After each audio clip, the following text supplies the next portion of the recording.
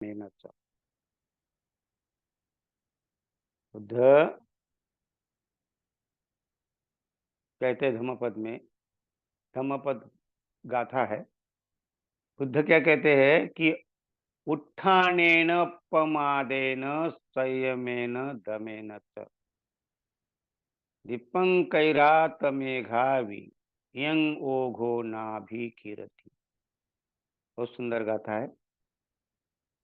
और ये गाथा बुद्ध कोई ऐसा प्रसंग हो जाता है, कुछ कुछ विकसित होता है, जैसा फूल कमल के कमल का फूल जैसा विकसित होता है तो सुंदर दिखाई देता है। वो अपने ऊपर पानी का बूंद भी ठहरने नहीं देता। कमल का पुष्प जब ऊपर आ जाता है, खिल जाता है पूरी तरह। ऐसे ही कोई सांसारिक जीवन से ऊपर उठता है, अपने आप को विकसित करता है, तब जो खुशी होती है, ऐसे खुशी के समय में बुद्ध कभी-कभी उनका उद्बोधन गाथा से, उनका स्वागत गाथा से करते हैं और बहुत ही उच्च स्तरी पर ले जाते हैं उनको। और ऐसी ये गाथा है, क्या कहते हैं? उत्थानेन पमादेन संयमेन दमेन च। 4 शब्द है, लेकिन बड़े महत्वपूर्ण शब्द हैं। दीपं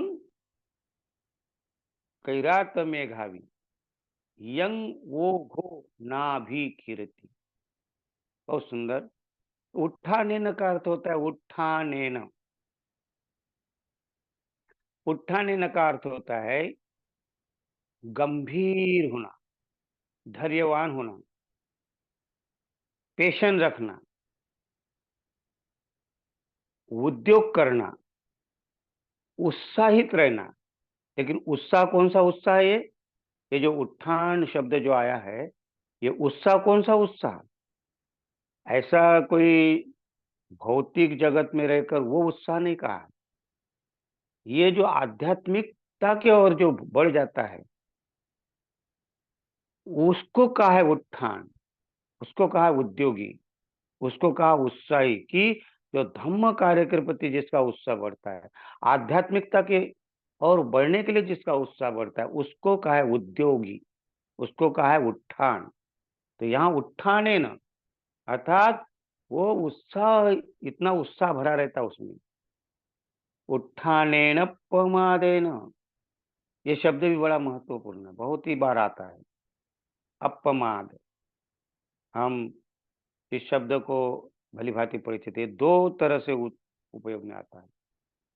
एक तो अपमाद माने होता है सावध होना, जागरूक होना, सचेत होना, सतर्क होना। और दूसरा शब्द है यहाँ भी वीर्यवान होना। वीर्यवान होना अर्थात आलस रहित होना। तो यह शब्द बहुत बार आता है। आपने अगर पंचशील में अगर हम गाते हैं, पंचशील में अगर हम शुरुआत में देखते हैं, क्या कहते हैं? सूरा मेरय मज्ज पम्माद ठाना। पम्माद माने बेहोश, पमाद माने बेहोश, होश नहीं रहता जिसको। लेकिन अपमाद माने होश पूर्ण, होश में रहना, जागृति पूर्वक रहना, सचेत रहना। तो इसीलिए यहाँ शब्द है अपमादेन।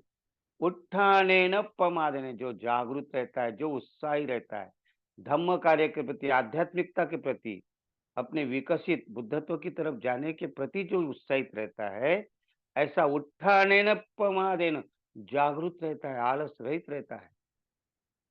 संयमेन, तीसरा शब्द है संयमेन, संयम साधता है। अर्थात ये जो हमारे इंद्रिय है, 6 इंद्रिय, आंख, नाक, आंख, कान, नाक, जीभ, काया और मन, ये 6 इंद्रियों के प्रति जागरूक रहता है, संयमित करता है। उसको क्या कहता है? संयमित करता है उन्हें। उसको क्या कहता है? संयमित करना माने क्या होता है? उसको नियंत्रित करना, उसको अपने कंट्रोल में रखना। तो उसको कहा है संयम रखना, कंट्रोल में रखना इंद्रियों को। सैरा वैरा भटकने वाला जो मन भी है, उसमें मन भी सैरा वैरा भटकने वाला, इधर उधर भटकने वाला है। इंद्रिय भी इधर उधर भटकने वाले, क्योंकि अच्छा और बुरा दोनों देखते हैं। अच्छा और बुरा दोनों सुनते हैं, अच्छा और बुरा दोनों सुनते भी है, और अच्छा, मीठा, खट्टा, कड़ू जो भी है चख लेते हैं। और काया में गरम, कभी नरम, कभी ठंडा, कभी ऐसा स्पर्श होता है। और मन बुरे विचार भी करता है और अच्छे विचार भी करता है। तो इसको कंट्रोलित करना, इसको कंट्रोल में रखना, इसको कहते हैं संयम। और फिर है दमेन, दमन करना। दमन करना का अर्थ बहुत लोगों को ऐसा लगता है कि दबाना होता है, दबाना नहीं होता। बुद्धिज्म का शब्द बड़ा महत्वपूर्ण है, दमन। दमन का अर्थ होता है प्रशिक्षित करना। हर वस्तु, कोई भी हर आदमी जब तक प्रशिक्षित नहीं होता तो वो निपुण नहीं हो सकता। जैसा एक ड्राइवर, जब तक वो गाड़ी चलाना सीखता नहीं पूरी तरह, तब तक वो उसको हम ड्राइवर नहीं कह सकते, है ना? तो वो ट्रेनिंग लिया है, उसने पूरा ट्रेनिंग लिया है। उसके साथ कितने बस में 50-60 लोग जाते हैं, अकेला नियंत्रित करके अपने आप को, गाड़ी को नियंत्रित करते हुए लोगों को बराबर अपने मंजिल तक पहुंचा देता है। अर्थात उसने ट्रेनिंग लिया है, उसने क्या किया है, प्रशिक्षित हो गया है। तो इसलिए दमन माने क्या होता है, नियंत्रित करना तो है ही है, संयमित होना तो है ही है, लेकिन ये संयम और नियंत्रण भी है, इसका उन्होंने ट्रेनिंग लिया है, प्रशिक्षित हो गया है। उसको कहते हैं दमन। यानी उसने पूरी तरह अच्छा, वेल ट्रेन्ड कहते हैं उसको, अंग्रेजी में अगर कहा जाए तो वेल ट्रेन्ड। तो वो ऐसा प्रशिक्षित, जिसने अपने इंद्रियों को नियंत्रित किया है, जिसने अपने संयम, काया, वाचा और मन का संयम साध लिया है, और जो उत्साही है धम्म के प्रति, जो आध्यात्मिक विकास के प्रति, जो बुद्धत्व के प्रति उद्योगशील है। अर्थात ये 4 बातें देखिए कितने सुंदर बुद्ध ने एक से बढ़कर एक बात कही। पहले कहा कि आध्यात्मिक तरफ लगाव होना चाहिए, उद्योगी होना चाहिए, मतलब प्रयत्नशील होना चाहिए, अर्थात उत्साहित होना चाहिए। और वो उत्साहित होकर आगे जब बढ़ता है तो कहता है कि उसको जागृति की आवश्यकता है। उत्साह अगर रहेगा तो अजागरूक अगर रहेगा तो उत्साह गड़बड़ हो सकता है। तो इसलिए उसको जागरूक रहना जरूरी है, सावधान रहना जरूरी है। अगर वो सावधान नहीं रहेगा तो कहाँ कैसा, कब कोई पीछे से वार कर देगा पता नहीं चलता, है ना?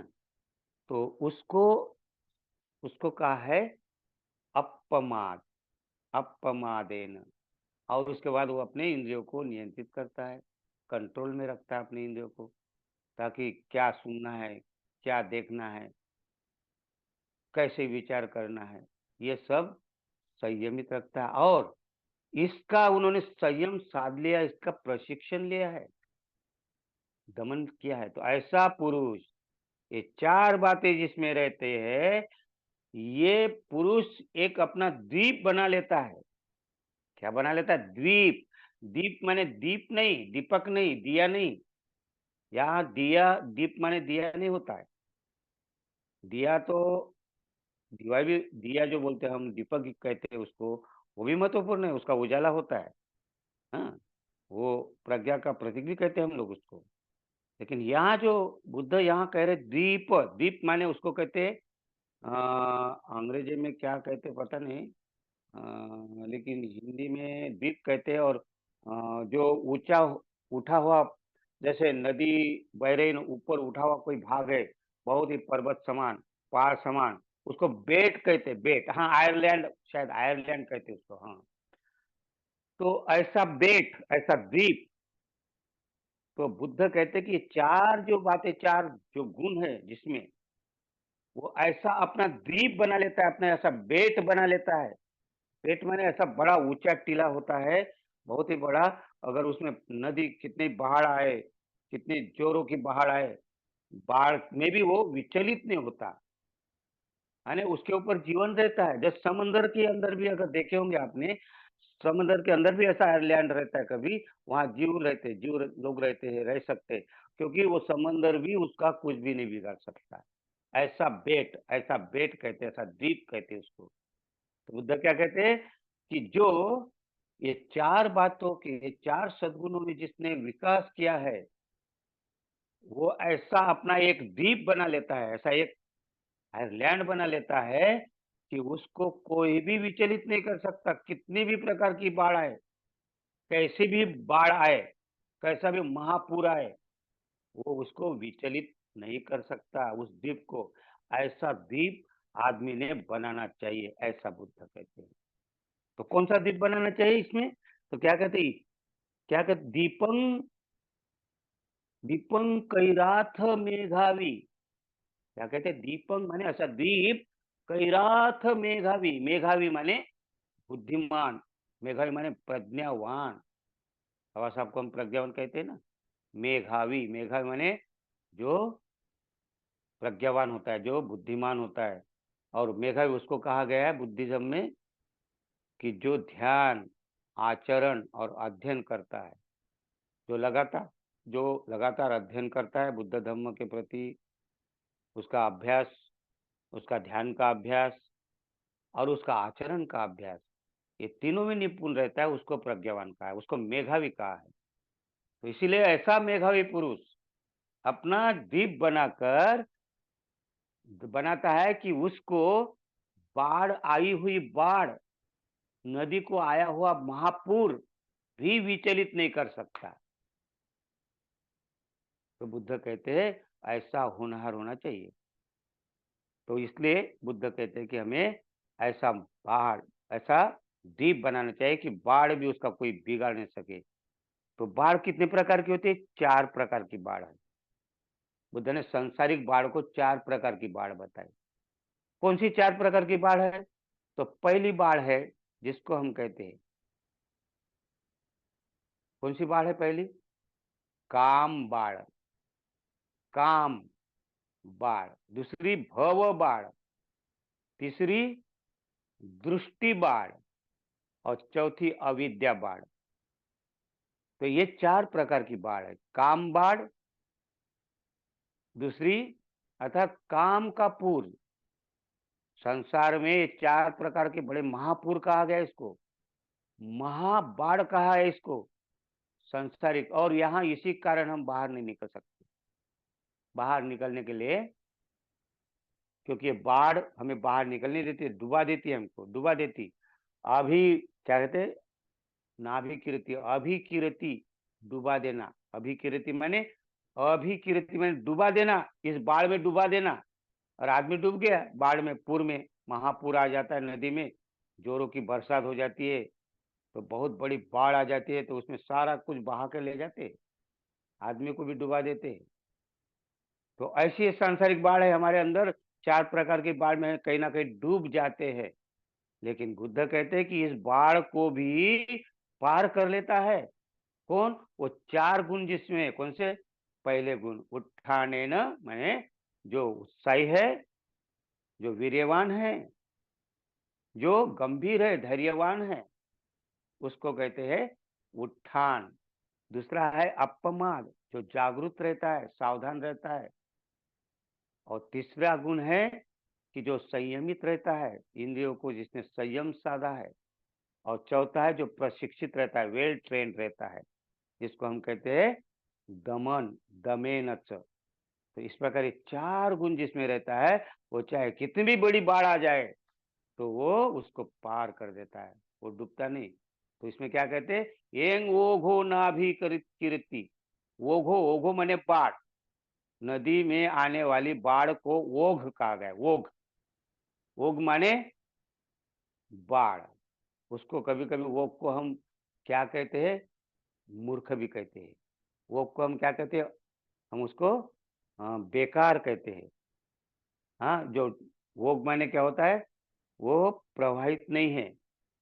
तो वो क्या है, वो गंदा, सड़ा गला, जैसा डबरा रहता है ना, डबरे में पानी गंदा जमा हो जाता है तो उसको वोग कहते हैं। लेकिन वोग माने पूर्व भी होता है।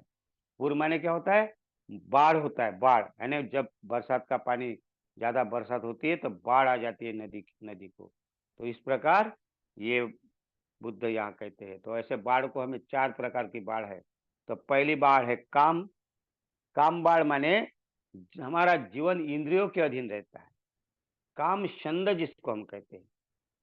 तो हम ये लेना कि वो लेना, हमारा जीवन काम, जिसको काम लोग कहते हैं हम लोग, हमेशा सांसारिक जीवन में व्यस्त रहना, अपने बच्चे में रहना, है ना? सांसारिक जीवन में कई बार दुःख आता है, लेकिन उस दुःख को भी नहीं समझ में आ जाता है और उसी को सुख समझकर उसमें जी लेता है।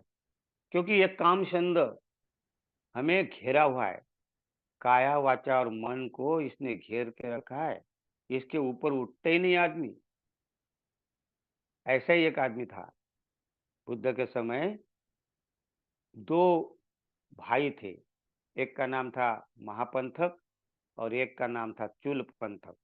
ये दोनों भाई थे और दोनों भाई में महापंथक बुद्ध के पास जाते-जाते उनको ऐसा लगा कि भिक्षु बनना चाहिए, तो भिक्षु बन गया और भिक्षु बनने के बाद में वो अरहत भी हो गया। तो उसका देखकर उसका छोटा भाई था चूलपंथक, तो चूलपंथक को लगा मैं भी भिक्षु बन जाऊँ। मैं भाई गया, भाई अच्छा हो गया तो मैं भी जाऊँ। तो वो भी उनके पीछे-पीछे भिक्षु बन गया। भिक्षु बन गया, लेकिन इसकी समस्या थी कि इसको कुछ याद ही नहीं रहता था। हाँ, इसको भुलक्कड़ था, एक भी गाथा भी याद नहीं होती थी उसको। हाँ, जैसा एक पटिशन का नाम सुना होगा आपने, पटिशन को भी कोई गाथा नहीं याद आता था। ऐसा ये भी चुलपंथक था, इसको भी कुछ याद नहीं आता था। एक गाथा भी नहीं, उसको समझ में नहीं आता कि बुद्ध कितना कहते, भंते लोग दूसरे भिक्षु लोग कितना कहते हैं, कोई समझ में नहीं आता था। ये भिक्षु तो बन गया, उसकी इच्छा थी भिक्षु बनने की कि मेरा भाई भी बन गया और फिर मैं भी बनूँ, मैं भी अच्छा जीवन हो जाएगा मेरा। लेकिन इसको याद ही नहीं रहता था और होता है ऐसा, बहुत सारे लोगों को याद नहीं रहता। हाँ, एक गाथा भी याद नहीं रहता और बहुत लोगों को तो बहुत सारे गाथा याद रहता है। हाँ, अभी भी धम्मपद की गाथा बहुत लोगों को नहीं आता, देख-देख के बोलते हैं और देख-देख कर बोल के भी गलती करते हैं। शब्द नहीं आता बराबर उसमें भी। मैं कई बार देखता हूँ, कोई बोलने की कोशिश करते, तो एक आधा शब्द छूट जाता है। तो पूरी गाथा नहीं, लेकिन एक आधा शब्द छूट ही जाता है, कहीं उसका उच्चारण नहीं आता बराबर।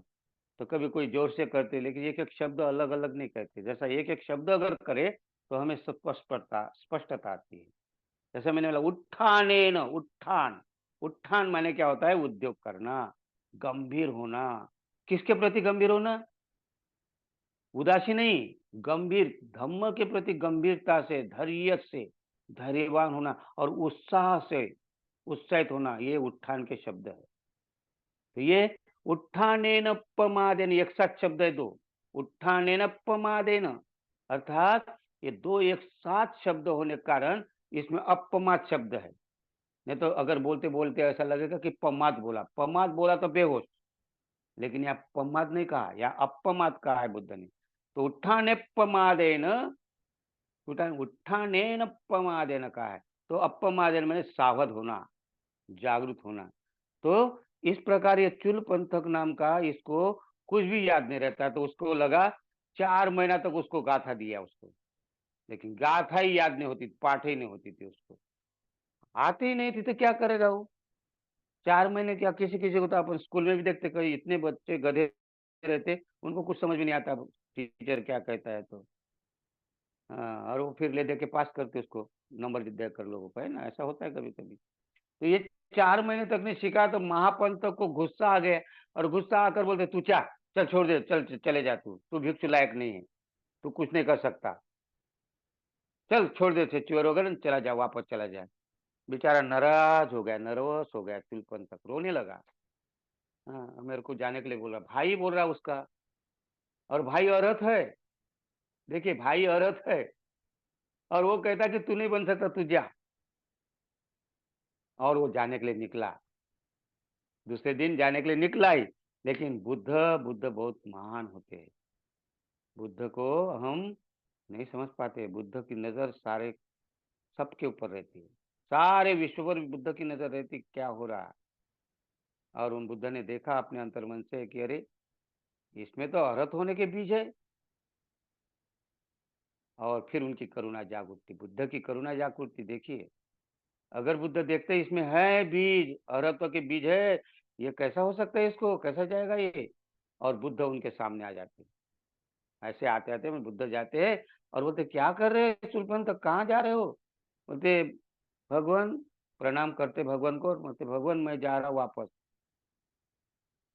रोते रोते बताते बुद्ध को, मेरे भाई ने मेरे को डांट दिया, जाओ आप वापस, तुम कोई काम के नहीं हो। तो बुद्ध कहते कोई बात नहीं, वो दीक्षा तो मैंने दी न तुमको। बोले हाँ भगवान, तुम मुझे पूछना चाहिए तुमको। हाँ, भाई को क्यों पूछे तुमने? तुम नहीं जा सकते अभी। मैं तुमको बताता हूँ, तुम ऐसा करो। तो उनको एक मत मन एक उनको एक कपड़ा देते, एक साफ-सुथरा कपड़ा देते, सफ़ेद कपड़ा देते और सफ़ेद कपड़ा देकर बोलते तुम ऐसा करो, ये हाथ में ऐसा-ऐसा, इसका उसका ऐसा-ऐसा हमेशा ऐसा तू दिन भर ऐसा करते रहे बोले ऐसा। वो सफ़ेद कपड़ा एक टुकड़ा रुमाल टाइप का सफ़ेद का अच्छा सफ़ेद रुमाल, वो कपड़ा सफ़ेद देते और ये कपड़े को बोलते हाथ में ऐसा मलते रहो, ऐसा मलते रहो। मलते रहो, मलते रहो, मलते रहो, मलते रहो बोले और देखो क्या हो रहा है। और वो मलते रहता है।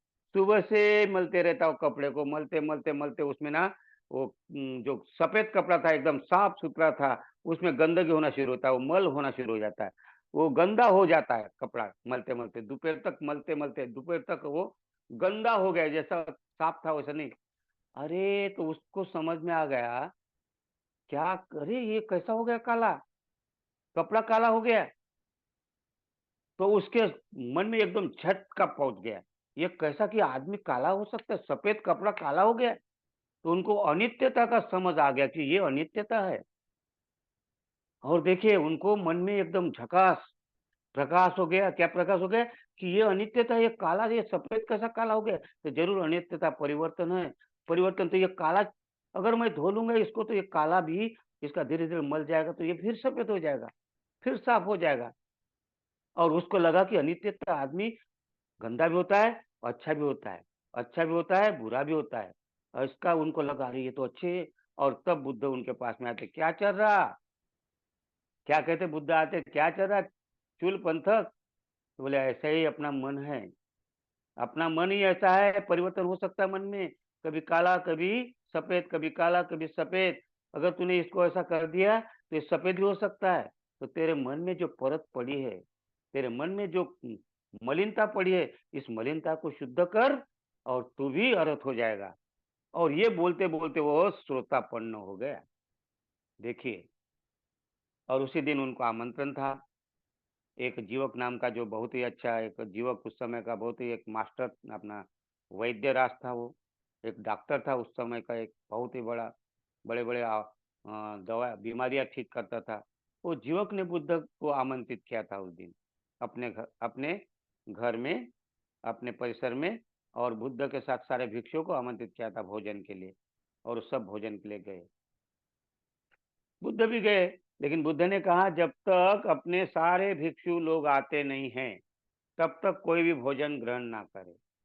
बुद्ध ने कह दिया, सभी को आदेश किया कि कोई भी भिक्षु जब तक अपने पूर्ण भिक्षु नहीं आते, तब तक कोई भी भोजन ग्रहण नहीं करना।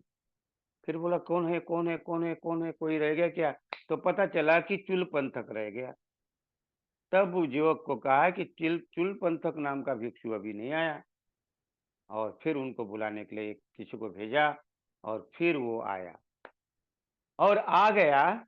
तो बुद्ध ने कहा है भोजन दान करने के समय फिर शूलपंथक को भी बुलाया। तो महापंथक उसका भाई बोले ये कैसा क्या आ गया? इसको तो मैंने भगा दिया था जाने के लिए और ये क्यों आ गया?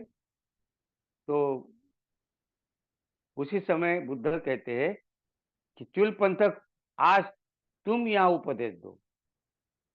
आज इन सबको तुम उपदेश दो। जीवक के यहाँ जितने भी लोग आ गए हैं और भिक्षुगण जितने भी है सबको तुम उपदेश दो। तो उनको उपदेश देने को कहा।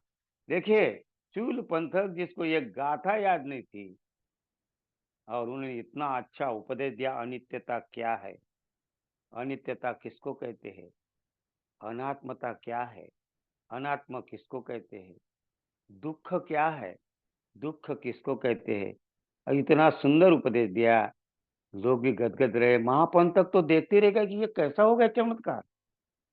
और तब बुद्ध कहते ये गाथा, कौन सी ये गाथा? ये उत्थानेन प्रमादेन, जो पहले आदमी भला ही बेहोश रहता है, भला ही आलसी रहता है, भला ही नियंत्रित नहीं रहता है उसकी इंद्रिया, और भला ही वो प्रशिक्षित नहीं रहता है, लेकिन जिस दिन वो प्रशिक्षित होता है, अपने इंद्रियों को संयमित करता है और उद्योग करता है, अर्थात क्या करता है, वो प्रयत्नशील होता है, वह आए हुए बाढ़ को भी क्या करता है, उस आए हुई बाढ़ भी उसको विचलित नहीं करता, क्योंकि उसने अपने आप को द्वीप बना लिया है। उसने अब क्या किया है, 4 गुणों से अपने आप को द्वीप बना लिया है और इसीलिए ये 4 बाढ़ को उसने पार कर दिया है। मेरे पुत्र चूलपंथक ने अब ये 4 प्रकार की बाढ़ को क्या किया है, बाढ़ को इससे कोई विचलित नहीं हुआ हो, ऐसा अपने आप को दीप बना लिया है। अब वो संयमित है, नियंत्रित है, उद्योगी है, उत्साही है और सावधान है, जागरूक है। तो इस प्रकार ये बाढ़ की बात कहे तो पहली बाढ़ है काम बाढ़, अर्थात मनोरंजन। हम इंद्रियों के ही अधीन रहता हमारा जीवन, ये 6 इंद्रियों के अधीन ही है हमारा जीवन। हमें क्या खाना है, क्या पीना है, हम जो सुनना चाहते हैं, अच्छा सुनना चाहते तो अच्छा नहीं सुनते, बुरा सुनते, प्रवचन की तरफ जाना बोलते तो नहीं सुनते, कोई नाच गाना तमाशा कुछ ऐसा गाली गलौज चलता है, कोई वाद चलता है, झगड़ा चलता है, वहां जाकर पहले हम जाते हैं, हमारे कान उधर ले जाते हैं।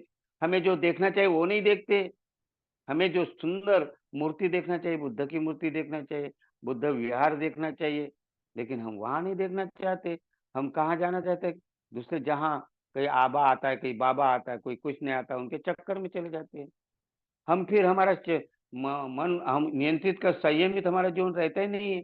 अगर हमें मीठा दिखा तो ऐसा लगता है खा लो, हमें अच्छा लगता कुछ अच्छी चीजें है खा लो, तो इसमें हमारा मन इधर लगता है उधर लगता ही नहीं।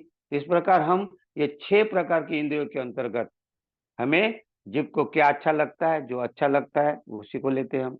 कान को जो बुरा रहता है उसको अच्छा लगता है वो लेते हैं हम। नाक को जो सुनना चाहिए नहीं सुनना चाहिए उसको सुनते हैं हम। और जीभ को और त्वचा को काया को क्या चाहिए, स्पर्श कैसा चाहिए उसके अधीन हो जाते हैं। और मन कौन से विचार करता है, राग द्वेष और मोह के विचार में हमेशा रहता है। वो प्लानिंग बनाते रहता है मन, मुझे पैसा कहाँ से कमाना है, फिर मुझे कहाँ चोरी करना है, कहाँ डाका डालना है, कैसी हिंसा करना है, कहाँ व्यभिचार करना है, कहाँ नशापान करना है। तो मन हमेशा विचार में गुम रहता है, प्लानिंग बनाते रहता है। और ये मन पंच शील जिसको कहते हैं इसके खिलाफ कार्य करता रहता है, उसको कहते हैं काम छंद, काम बाढ़, इसी के अधीन रहता है। लेकिन जो इस काम बाढ़ को पार करता है, किससे करता है, अपने प्रयत्न से, अपने संयम से, अपने प्रशिक्षण से, प्रशिक्षित होकर संयमित होकर इंद्रियों को नियंत्रित करता है कि नहीं ये काम नहीं करना चाहिए। तो इस प्रकार ये काम बाढ़ के ऊपर कार्य करता है। फिर दूसरा है भव बाढ़, जन्म होने की इच्छा, बार बार बार बार। भव का मतलब संतुष्ट नहीं होता आदमी जीवन में, आदमी संतुष्ट नहीं होता, हमेशा ये चाहिए वो चाहिए वो चाहिए। भव बाढ़, जिसको भव रूपी बाढ़ कहते हैं, वो कभी भी उसका समाधान नहीं होता। अगर उसको बोलता है कि अगर किसी को देखा का तो मुझे अमीर बनना चाहिए, कभी लगता कोई भी कलेक्टर दिखा तो मुझे कलेक्टर बनना चाहिए, कभी लगता है उसको मुझे कमिश्नर बनना चाहिए, कभी क्या लगता है मुझे क्रिकेटर बनना चाहिए, कभी लगता है कोई हीरो को देखकर मुझे हीरो बनना चाहिए, और बस बनना चाहिए बनना चाहिए बनना है, और कर्म कुछ नहीं। उनका टारगेट कुछ नहीं कि मैं मुझे मेरा जन्म होना ही नहीं, मैं यही रहना चाहिए, फिर से मेरा जन्म होना चाहिए, फिर से मैं इसी में लगा रहूं। हमेशा वो समाधान नहीं रहते, इसको बोलते असंतुष्टि जीवन कहते हैं इसको।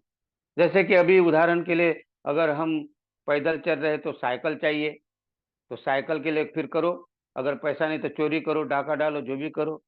हाँ, अगर फिर साइकिल मिल गई तो लगता कि साइकिल से काम नहीं चलता, पैर पैर मारना पड़ता, पैडल मारना पड़ता। हाँ, स्वाद भी भर आ जाती है, चढ़ाव उतार आता है, तो मोटरसाइकिल चाहिए, मोटरसाइकिल के लेता है।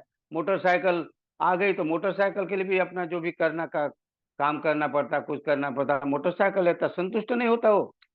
फिर उसको लगता कि नहीं नहीं, मेरे इसमें अगर बरसात होती है, धूप लगती है, पानी आता तो गीला हो सकता हूँ, हवा आती चारों तरफ से, ये मोटरसाइकिल काम की नहीं। तो क्या चाहिए, तो कार चाहिए, बंद कार में अच्छा रहेगा तो कार लेता है, कार लेता है तो उसकी संतुष्टि नहीं होती। फिर कार चाहिए तो बंगला चाहिए, बंगला चाहिए तो एक बंगला चाहिए, दो बंगला चाहिए, और जितना भी रहा तो इसमें ये सामान नहीं, ये सामान नहीं, तो वो खरीदने का चालू रहता है, उसका संतुष्टि जीवन नहीं रहता। ऐसा ही, हाँ, एक पत्नी रहती तो दो पत्नी चाहिए, तीन पत्नी चाहिए, मन ही भरा नहीं रहता, संतुष्ट नहीं रहता। इसको कहते हैं भव बाढ़, और इसी में लगा रहता है,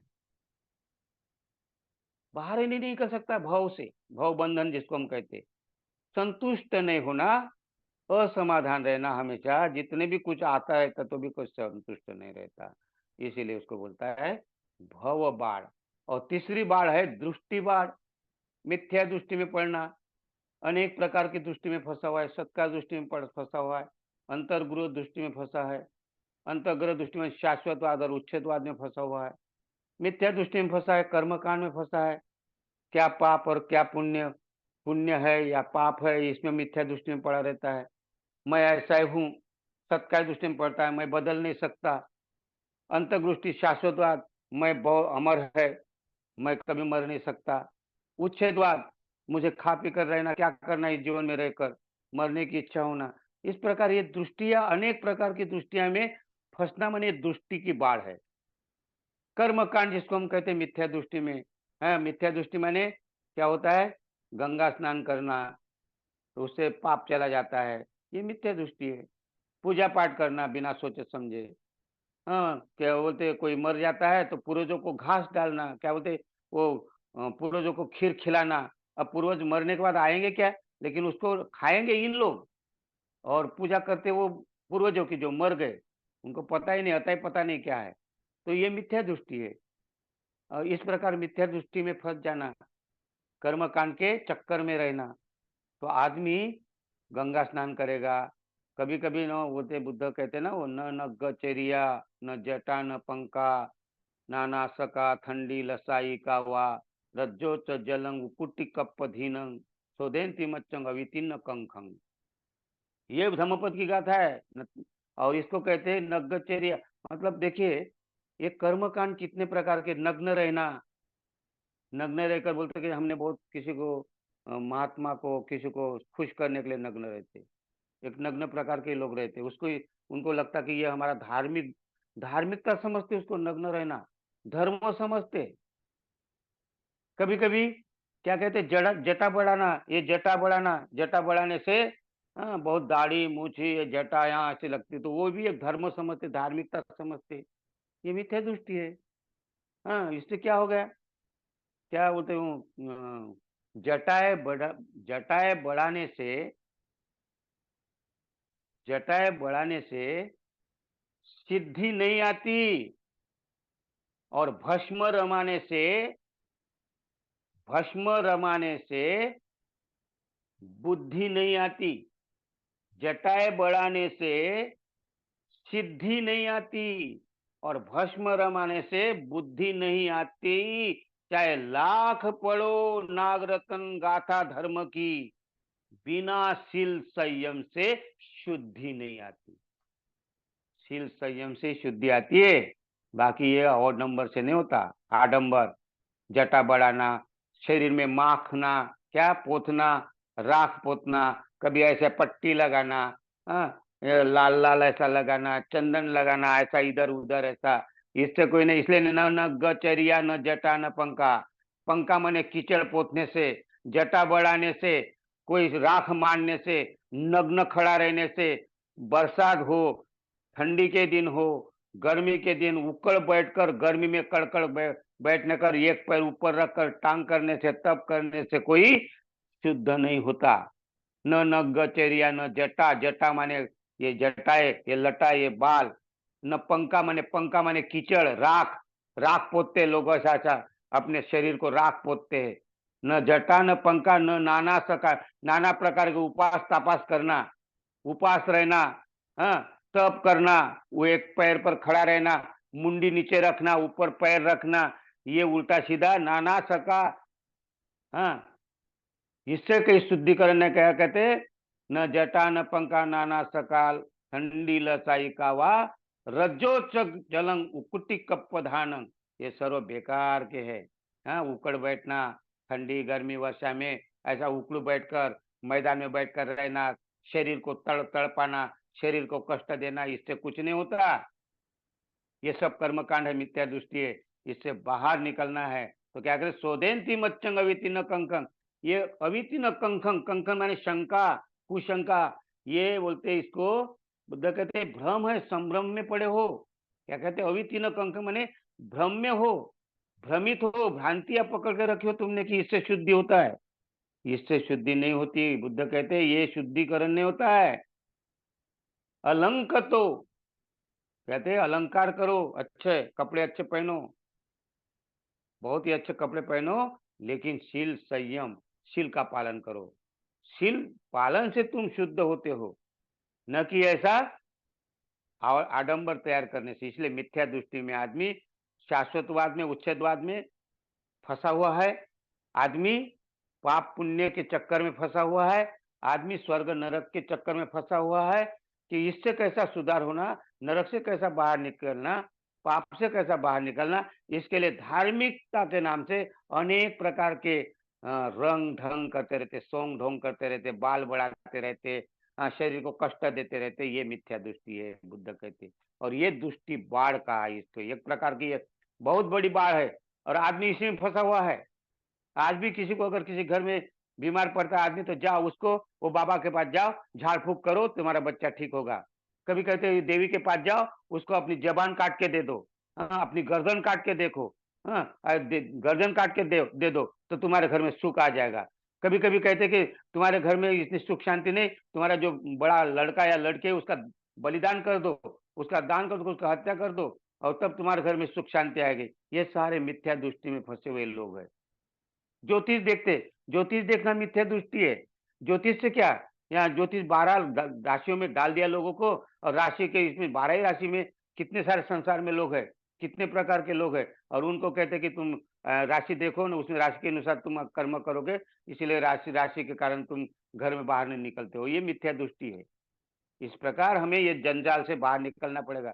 बहुत सारी बातें ऐसी, लेकिन बातों में हमें उलझना नहीं है, मिथ्या दृष्टि से बाहर निकलना है। और बाहर कौन निकलता है? जो प्रशिक्षित होता है। बुद्ध क्या कहते हैं? अब वो प्रशिक्षित हो गया है, उसने अपने आप को प्रशिक्षित किया है, नियंत्रित किया है, संयमित किया है अपने आप को। और वो क्या कहते हैं? अपमराद माने सावधान, माने प्रज्ञावान है, वो मेधावी है, सावधान होता है, सचेत होता है इन सारे आडंबर से। और चौथी जो बाढ़ है उसको कहते हैं अविद्या बाढ़। अविद्या माने अज्ञानता, और अज्ञानता माने बहुत सारे बातें हैं उसमें। सत्य दृष्टि है, मिथ्या दृष्टि है, अंतर्गत दृष्टि है, दृष्टि परामर्श है, शीलवत परामर्श है। ये 5 दृष्टियों में फंसा हुआ आदमी अज्ञानी है। अज्ञानता को उसको कहते हैं 4 विपर्यास में फंसा हुआ है। अज्ञानता में मैंने 4 विपर्यास कौन से है? वो 4 कौन से विपर्यास है? उसका पहला विपर्यास है वो जो अनित्य है उसको नित्य समझता है, और जो अनात्मा है उसको आत्मा समझता है, और तीसरा जो दुख है उसको सुख समझता है। इसको विपर्यास कहा है। अनित्य को नित्य समझना, अनात्मा को आत्मा समझना, और जो दुख है उसको सुख समझना, और जो विकृत है, कुरूप है, उसको सुंदर समझना। जो कुरूप है, जो विकृत होने वाला है, उसको सुंदर समझना, अच्छा समझना। तो ये 4 प्रकार के विकार, 4 प्रकार के विपर्यास कहा गया है इसको। तो ये विपर्यास में फंसा हुआ आदमी कैसा बाहर निकलेगा? इसको कहते हैं अनित्य को नित्य समझता है, सारा नित्य समझता है। हाँ, जो अनात्म है, शरीर में आत्मा नहीं है तो उसको अनात्मा है, तो उसको आत्मा नहीं, मेरी आत्मा कलपती, मेरा आत्म शांत करना है, शांति भोज देना है। अभी भी लोगों के अंदर वो भाग पड़ा है कि आत्मा आत्मा आत्मा आत्मा करते रहते, आत्मा की शुद्धिकरण करते। आत्मा, कोई मर जाता है तो आत्मा के भोज देता है, शांति भोज देता है। अभी भी मिथ्या दृष्टि में पड़े हुए हैं, अविद्या है ये। और फिर उसके बाद में सुख, जिसको दुख कहते हैं उसको सुख समझते हैं हम, जहाँ दुख है वहां सुख समझते हैं। बहुत सारी बातें इसमें, एक लेक्चर, एक एक पर लेक्चर हो सकता है, लेकिन इतना समय नहीं। और फिर अविद्या का चौथा जो है, जो सुंदरता, जिसको सुंदर है कहते हैं, जो शरीर सुंदर कहते हैं, ऊपर पाउडर लगाएंगे, मेकअप लगाएंगे, सुंदर सजाएंगे, लेकिन अंदर तो विकृत है ये, कुरूप है, इसको कब देखोगे? क्षण क्षण में बदलने वाला है, जीर्ण शरीर, अनित्यता है, इसके ऊपर भी कुरूपता है। लेकिन इसको हम सुधारते हैं। अगर हमारे बाल सफेद हो गए तो हम उसको काले बनाने की कोशिश करते, हम उसको ढाक देते, सुंदर समझना चाहते। हाँ, अगर हमारे शरीर में जो जो बाल है, ये जो सफेद बाल होते तो उसको काले करते तो हम बुढ़ा नहीं दिखना चाहिए। तो ये क्या है कि हम लोग थोपने की कोशिश करते, सुंदरता लाते, कहाँ सुंदरता आएगा? अंदर तो कुरूपता है।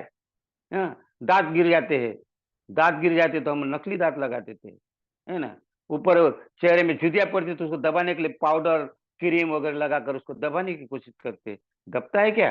कुरूपता ही है, लेकिन हमें दिखाई नहीं देती। इसीलिए क्या कहते हैं, कुरूपता को सुंदर बनाते हैं। उसको सुंदरता, कुरूपता में सुंदरता देखते हैं। हाँ, ये विपर्यास है, ये अज्ञान है। कहाँ सुंदर होने वाला हो? क्षणिक सुंदरता होती है, लेकिन समझ में आएगा तब ना। इसीलिए हमें ये 4 प्रकार की बाढ़ अज्ञानता की, तो अज्ञानता की बाढ़ इसीलिए कहा है कि 5 प्रकार की दृष्टियां, ये अज्ञानता है। कौन सी? सत्काय दृष्टि, दूसरा है अंतग्रह दृष्टि, तीसरा है मिथ्या दृष्टि, चौथा है दृष्टि परामर्श, पांचवा शीलवत परामर्श। अज्ञानता के और लक्षण है, जिसको कहते हैं कि अनित्यता को नित्य समझना, और दूसरा है जिसको हम कहते हैं अनात्मा को आत्मा समझना, तीसरा है दुख को सुख समझना, और चौथा है जिसको हम कहते हैं कि कुरूपता को सुंदरता समझना। और फिर ये अज्ञानता से भी बड़ा अज्ञानता वो है कि दुख में पड़ते तो 4 आर्य सत्य को नहीं जानना, ये अविद्या है। ये सबसे बड़ी अविद्या है। कौन सी? कि 4 आर्य सत्य को नहीं जानना। 4 आर्य सत्य है कि दुख क्या है। हाँ, दुख है, दुख का कारण है, दुख का निरोध है, और दुख का निरोधागामिनी मार्ग भी है, मुक्ति का मार्ग भी है। ये 4 आर्य सत्य को नहीं समझना अज्ञानता है। इस प्रकार अज्ञानता भी बहुत बड़ी है। ये 4 प्रकार की बाढ़ को पार करता है वो आदमी मेधावी, मेधावी माने प्रज्ञावान। ये 4 प्रकार के बाढ़ को समझ जाता है और उसके ऊपर कार्य करता है। तो कार्य करने के लिए वो अपने गुण विकसित करता है, एक दीप बना लेता है। तो कौन सा दीप बनाता है? उत्थानेन अपमादेन संयमेन दमेन दीपं कैराथ मेघावी यं वो घो नाभि कीर्ति। नाभि कीर्ति मैंने डूबना नहीं, अभिकीर्ति मैंने डूबना, वो बाढ़ में डूबना। लेकिन नाभि कीर्ति वो डूब नहीं सकता। नाभि मैंने नहीं, वो आदमी, वो मनुष्य डूब नहीं सकता। इस प्रकार चूलपंथक को ये समझ में आया, और ये गाथा बुद्ध ने कही। कितनी सुंदर वचन है बुद्ध के, मैंने आपके सामने रखा, आपने सुना। आपके अंतर्मन को प्रणाम करता हूँ और यहाँ ही रुकता हूँ। सबको मैत्रीपूर्ण जय भीम। आगे